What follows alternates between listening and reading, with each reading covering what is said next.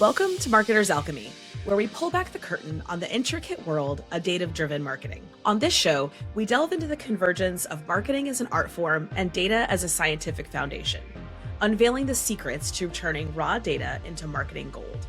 I'm your host, Kathryn Turnoff, Senior Product Manager at Deluxe. Join us as we dive into real-life case studies and give you a front row seat to industry pioneers and visionaries.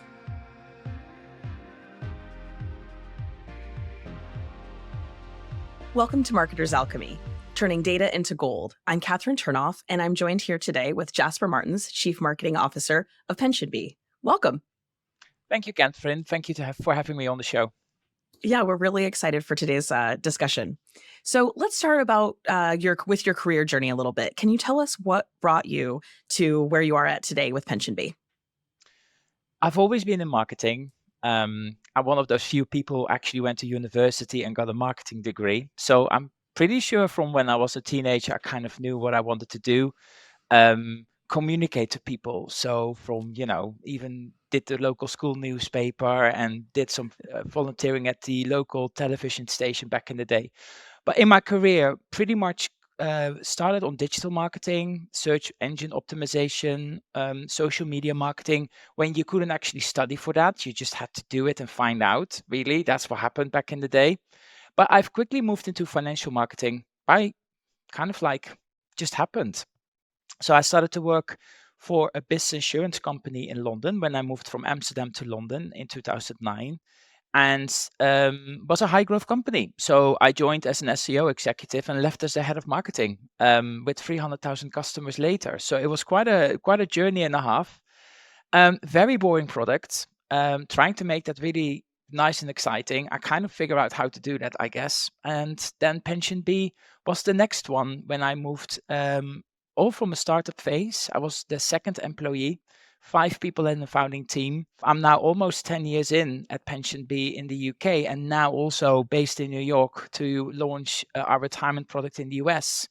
We've got 250,000 customers. We manage $7 billion of retirement money on behalf of our customers.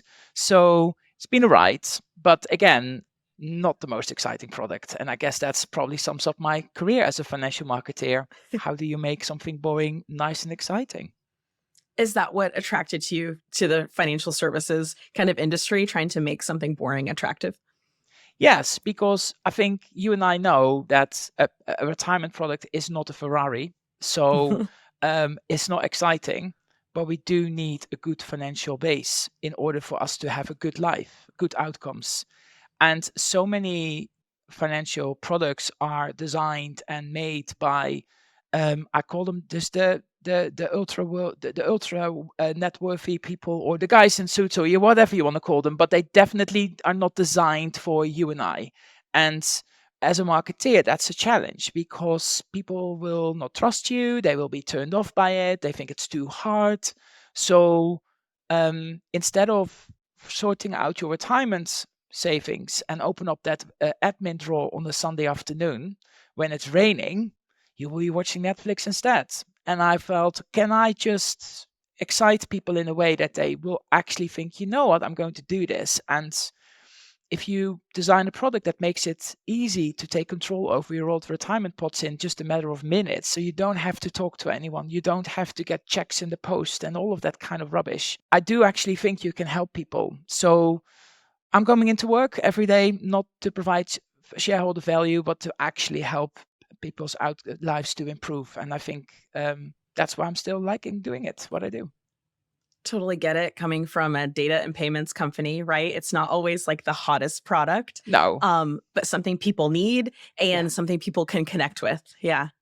So let's head into our first segment, Alchemy Unveiled, Mixing Marketing Potions. Can you talk to me a little bit about what kind of data your team uses?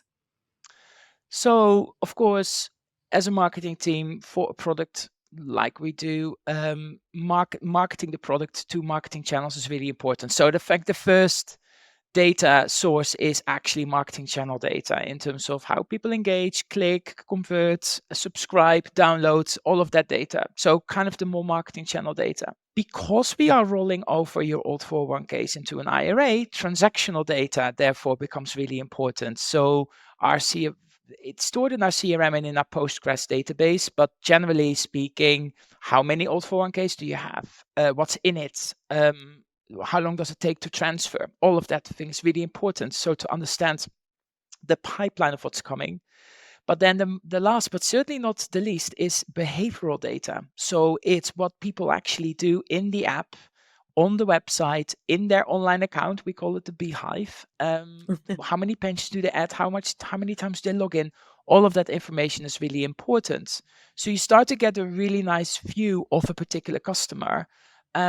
Because the reality is, Kathryn, when you're 50 years old, you might be 50 and thinking about retirement, or you might be 50 and thinking, no way thinking about retirement whatsoever. So the frequency you use a product, or where you come from, or what you do in the product can really be different. So those three data sources are really important to really have that almost like that tailored experience for our customers. So if we think of, okay, we've got Beehive data. I love that, by the way. We've got transactional data. So all those different data points that you have, how do you take those and then turn it into insights for your customers? So if you log in twice a year just to see your retirement balance, or you are somebody who logs in 5 times a month and might do a withdrawal, for example. So your behavior is, I log in 5 times a month. Transactional, actually do a withdrawal, actually do something, or I might add a pension, but in this case, you take money out. That means that you are starting to use that hard-earned retirement pot for your later years. And whether you are 56 or you're 64, or well, in the US it's 59 and a half, you can start accessing it. But if you're that age, or you're 74, all of your demographic data, your transactional data, and your kind of behavioral data tells me a particular story. And what you can do is start giving people information that helps them on where they are on their retirement journey. So no 56-year-old or no 64-year-old is the same. So we don't segment on age, for example, but we segment on those data points. And therefore, you can start providing them with particular content in the app, which depends on their retirement journey. So let's say you're 64, you're actually still adding money in. I won't have that conversation of providing you information about how to take money out. I probably will help you to tell a story about how to pay money in.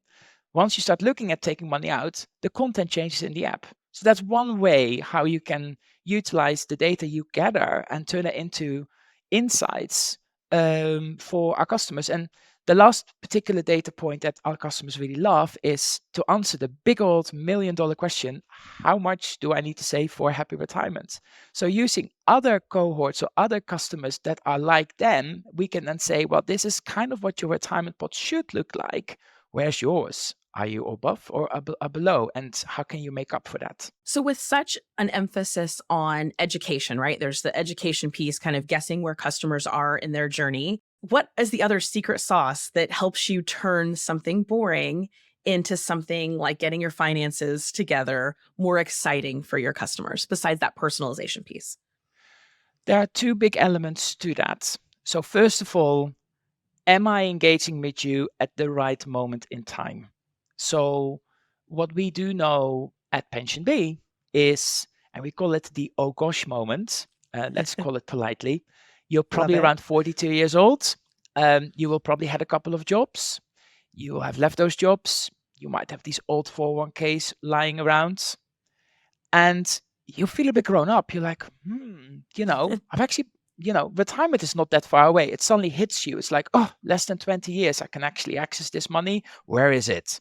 So that moment, there are definitely platforms and marketing ways where you can target people who are kind of in that zone and will be quite responsive to that message of now it's time to take control. It can also mean when you move jobs, but also when people get married or buy a house. It's those big life moments where often people are kind of more into the zone of sorting this out. There's some annual seasonality, so the end of tax year, when people think some extra money I can put into my IRA or my Roth IRA, and then actually gather. So that's one piece of the puzzle. It's that right moment in time. The other moment in time is, how does PensionBee make you feel? And I think for me, the biggest learning back in the day was there's so much product you can market, problem, solution. But actually, once you're on top of your retirement mess, because let's face it, for most of us, it is a mess to a certain point. How do I make you feel once you're on top of that? You feel pretty relieved. So it's the actual emotional layering in your messaging at the right moment in time that drives down the CPA. I mean, ultimately, as a marketer, as you all know, Kathryn, like you have to talk spreadsheet to decision-making, management teams, board members. So ultimately, fantastic story. I can wear fancy clothes, fancy backgrounds, and do my hair. But in the end, it comes down to what's the actual cost to acquire that customer. And that's what you will find if you combine the two. That completely makes sense. So I really want to get back to how those campaigns make customers feel. But first, I heard that you think it's important to be friends with your CFO. Can you tell me if that's true and why you think it's important? That's the worst kept secret, I guess, by now. Yes. So Christoph, our CFO at PensionBee, and I wouldn't say we are best mates, but we definitely colleague besties. And why do I think that is actually a thing? CMOs and CFOs normally are not besties, and Right. that is because a CFO just look at how much it all going to cost. It's Jasper and his credit card. A CMO thinks, actually, I can see potential to invest in acquisition channels, to invest in brand channels in order to grow faster with an attractive return. The problem with CMOs often is they're very, I mean, I can just talk from my own experience. I like creative stuff. So I have ideas. I wake up in the middle of the night and have to write it down in a little notebook next to my bed table, because otherwise you forget the idea, right? And then I Yeah. can go back to sleep. That's me. I've not gone into marketing to love Excel spreadsheets.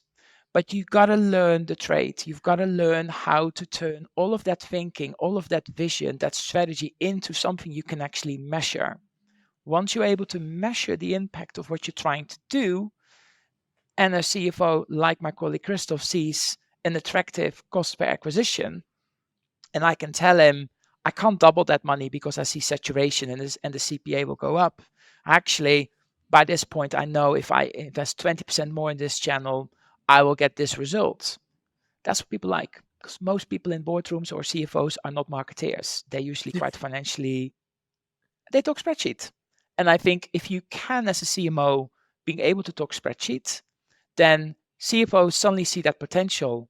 And we now got conversations where our CFO will say, Jasper, next year you've got X amount of money. That's more than this year, so you can spend more money. How can you spend that wisely? I think that's a really nice conversation to have. And it's the first time I've worked in a company where I was able to do that. Normally you have to fight for every dollar. And at PensionBee, it's a different story. It's more about, what do you think you can able to achieve with this amount of money? Do you need more? Can you show me how? Okay, that sounds like a great idea. And that's what being besties with the CFO means. And I think we all need to aspire a relationship like that. Are there any tools or measurement pieces that you keep track of that help you turn those vibes, so to say, right, your feelings into tangible numbers for your CFO? Yes. So we just talked about behavioral data, marketing channel data, transactional data. Those touch points are really important to understand which channel does what, and it helps you to build up a clear point. So in our case, maybe I'm going a bit too technical, but our marketing channels are connected to our Progress and our Snowflake Mhm. database, either via direct connectors or full 5 trend connectors. So that gives me at least that information into our database. Our CRM data is predominantly Salesforce, but also directly from Progress, also feeds into our Snowflake database. We've got app data, behavioral data feeds into the Snowflake database. We use Snowplow Analytics for those touch points. All of that stuff, put a Looker visualization tool on top, where I've got my dashboards and my reports. I can do my own lookups, and suddenly you start to build that picture of, okay, I've got marketing channel data, I've got behavioral data, I've got transactional data, and I've got it multi-platform. So from the web and from the mobile app.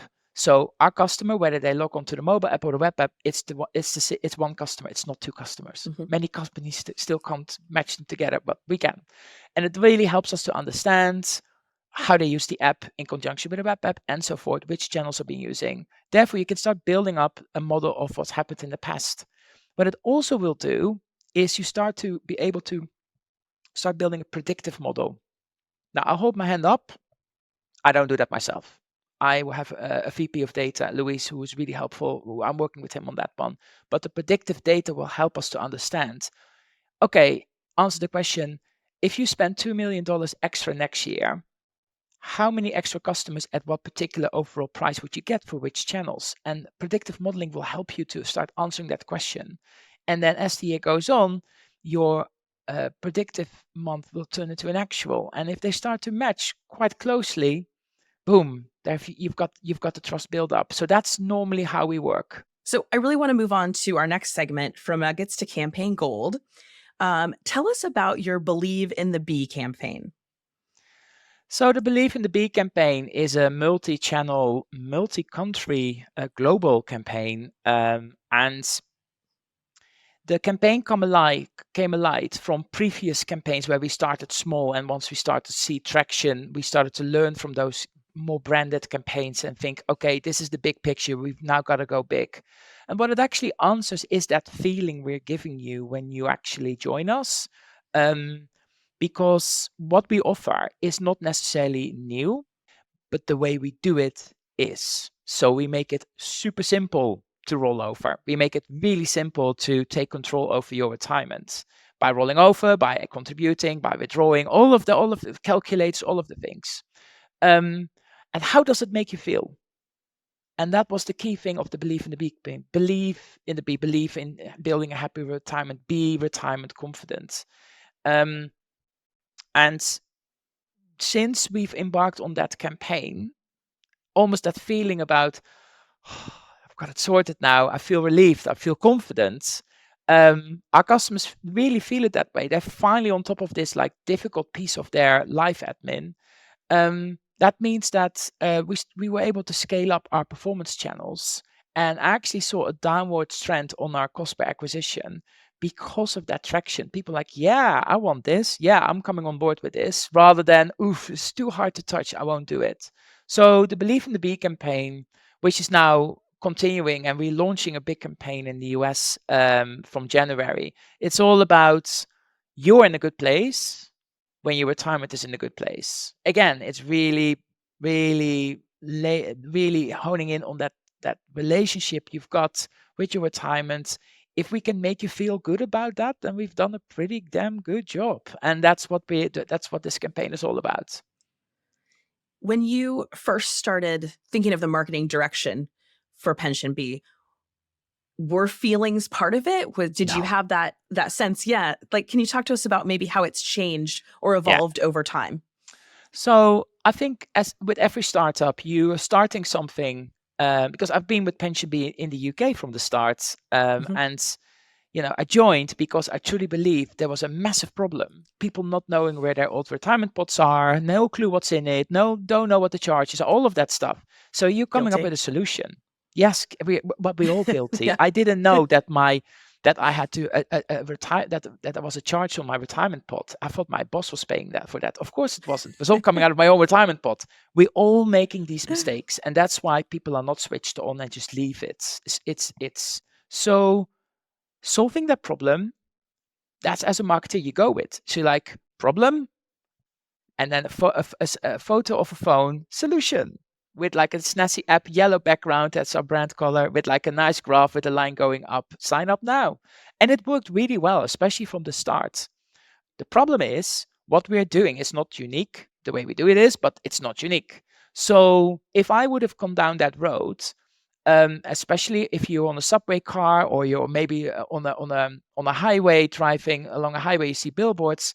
If I would replace that yellow background with, say, a red background, you think it's Vanguard, or green, you think it's Fidelity. So it's more around that uniqueness of problem solution brings you so far. We saw that as our marketing budget went up, my cost per acquisition went up, and I saw channel saturation. I saw that actually, it's almost being addicted to a particular drug. You are almost feel like, oh, let's just inject more money in that channel and I get more customers. To a certain point, that will be the case, but you will see diminished returns. Your cost per acquisition goes up. So it was more around figuring out, how does PensionBee make you feel? It was an aha moment. We had one day we were like, so what are we actually providing people? Yeah, a great retirement solution. Yeah, I know we do. But we do so much more. We're actually giving people peace in mind. And that's when we started to test. We did a test campaign, an out-of-home test campaign. We sponsored the Weather Channel in the UK in a specific region. And so forth. So that's when we started to realize that emotion plays a big part in what we offer. We started to remove the products more and more from our advertising and focusing more on the emotional layer. Our campaign from last year had no product shots whatsoever in the advertising. So completely going on the actual message you're trying to portray. And I think that's been the biggest learning for me as a financial marketeer is, yes, it's great to focus on problem solution, but if you really want to establish yourself as a direct to consumer proposition, you've got to do more than just showing that. You have to hone in on what does the product actually do to your customer in the end. Financial products can be hugely important in the direction of your life. So talk about that, show that to the customer. So that was really an eye opener. I would imagine, I think, and like learning from all of those data pieces that are helping support it, Yeah. like I love that that's was your takeaway to like, okay, people are really responding more to the feeling aspect of it, Yeah. which, makes sense. I want to feel safe with my retirement. Yeah. And also, I think a lot of marketers will now listening like, that's all great, Jasper and Kathryn, but oh boy, that's going to be a very expensive campaign. I can tell you in 2019 in the UK, we did a $50,000 a month direct daytime TV campaign. So we were focusing on slightly older customers on daytime TV. Those spots are a lot cheaper. People were still watching television back then. I don't know about that today, but we were able to know exactly when that spot was running, and therefore we would know in the data when the spot was running. We see little peaks, little app installs. Who are these customers? What's their age demographic? How many retirement accounts do they roll over? What's the actual retirement value, and so forth. And we started to understand we were actually getting better customers through the door that were exposed in the 7 minutes that we said within those 7 minutes we want to see who's coming in. Now, that works when you do $50,000 a month. If you do $1 million a month, then you're on TV all the time, and then you can't do that anymore. A little But harder to track, those are small little steps you can take to understand: am I using the right emotion? We did creative testing on digital channels. So there's a lot of things you can do to figure out what emotion works best with your financial product.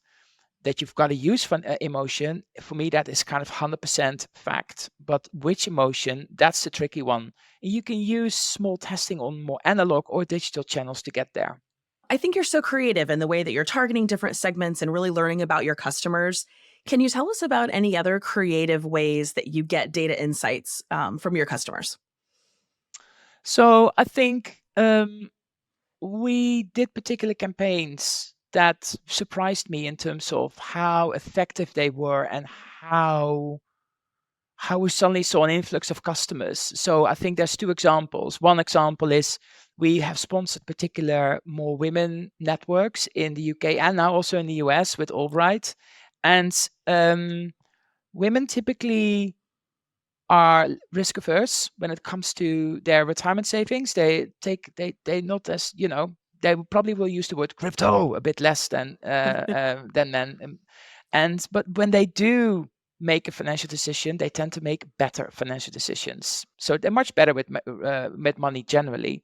But it's harder to convince them that you are the right provider, and actually engaging with them in particular community networks turned out to be super effective. And actually, suddenly we saw an increase in the number of female customers joining PensionBee. The other one, which is a really, really interesting one, is our Premier League sports sponsorship with Premier League football club Brentford in the UK. Now, soccer is becoming more popular in the US, but oh boy, in the UK, it's basically our main sport. And Aside from raising brand awareness, we are official club partners, so we're on their shirts and we are on the LED around the pitch, doing football matches, so soccer matches. So great exposure, millions of people watching it, but also the trust went up. So in my brand tracker, would you consider PensionBee for your retirement savings? That shot up, that went through the roof, and it especially amongst men who are over-indexed on soccer. And it turned out that something like football, it's not just the logo on the shirt or on the football pitch. It's people making in their head the decision, this is a legit brand. This brand doesn't go away. If they can afford to sponsor this, they're not going away. So the same applies if you would put big billboards on train stations or along highways. People think, you're not a tiny little brand or a startup that will go away next year. We're talking about my retirement money, so I want you to stick around for at least a couple of years. So the type of channel you use is not just effective in building brand awareness or to get customers through the door. It kind of builds trust.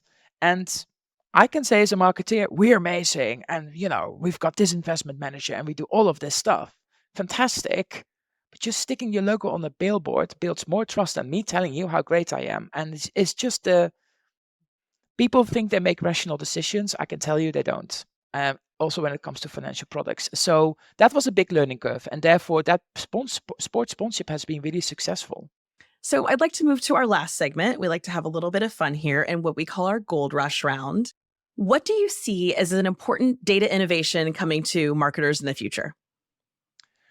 I think it's already here, and I think most marketers are already using it. And I don't want to spend too much time on the word AI, but it's there. I think what's really exciting about that is that we don't have to necessarily struggle to get multiple tabs open and bookmarks of like, oh, I just use this AI tool, just use that AI tool. You're already using it. So, for example, we've moved from an older eCRM platform to a new marketing automation platform this year. And, they're already optimizing the time I send out an email or when I have an in-app message. And depending on machine learning, they know when to target you at the best moment in time. That's AI for you, right? That's kind of predicting when you are more susceptible to a particular message. So I think that's very exciting that actually now in mainstream tools, mainstream supplies you use, AI is kind of injected, machine learning is injected. Predictive modeling is becoming much more easier to use as a marketer. So we're using it now to predict our current volume and to keep my CFO happy, remember? So, yeah. But that's very exciting. I think there's so many tools now that helps you to get better at that. I love too that you kind of say it's not this big, huge, scary thing. Like we all think of it as like, oh, I don't even know what would AI do, but we're already using it in a lot of cases. Yeah. What are some of your favorite places to learn and stay on top of data and marketing trends?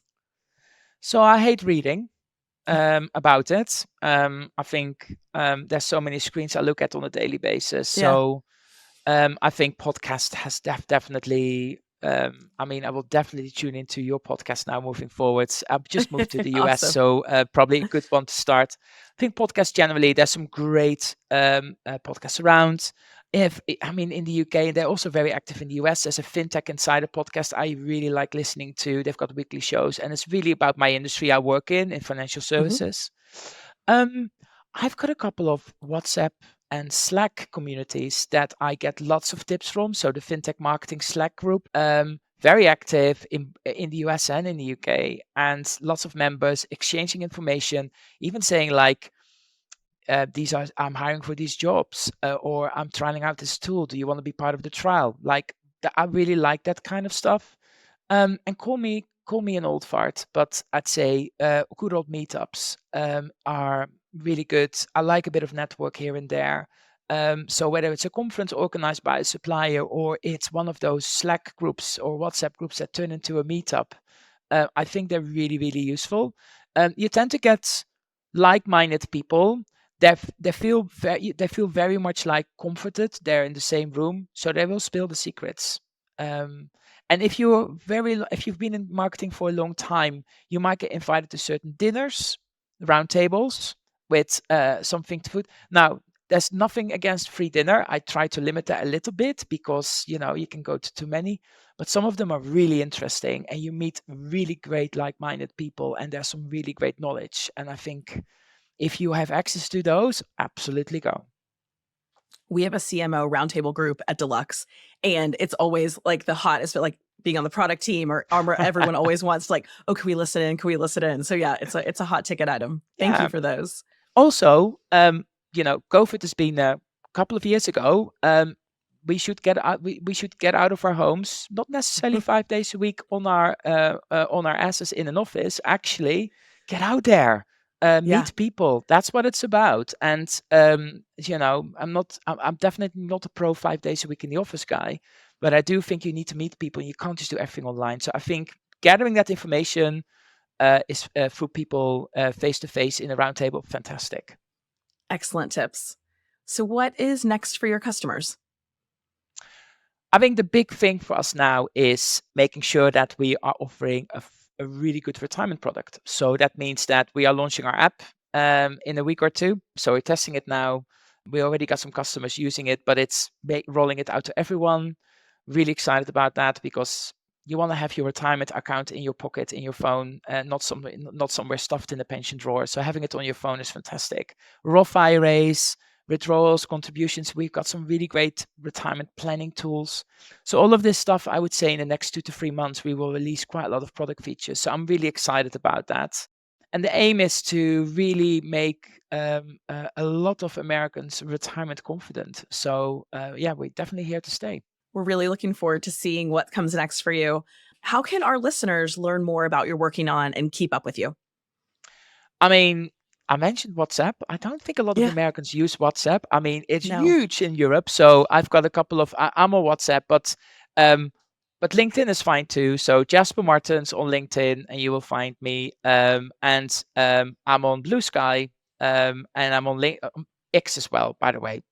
So Yep. just Jasper Martens, and you know exactly where I am, and have the conversation. And of course, you can always go to PensionBee.com to find out more about what we do in the US. And maybe you think, you know what, I just want to get this sorted. Thank you so much. This has been really insightful. I really appreciate you joining us today. Thank you for having me, Kathryn. To never miss an episode, subscribe to the show wherever you listen. I'm Kathryn Turnoff, and this is Marketer's Alchemy.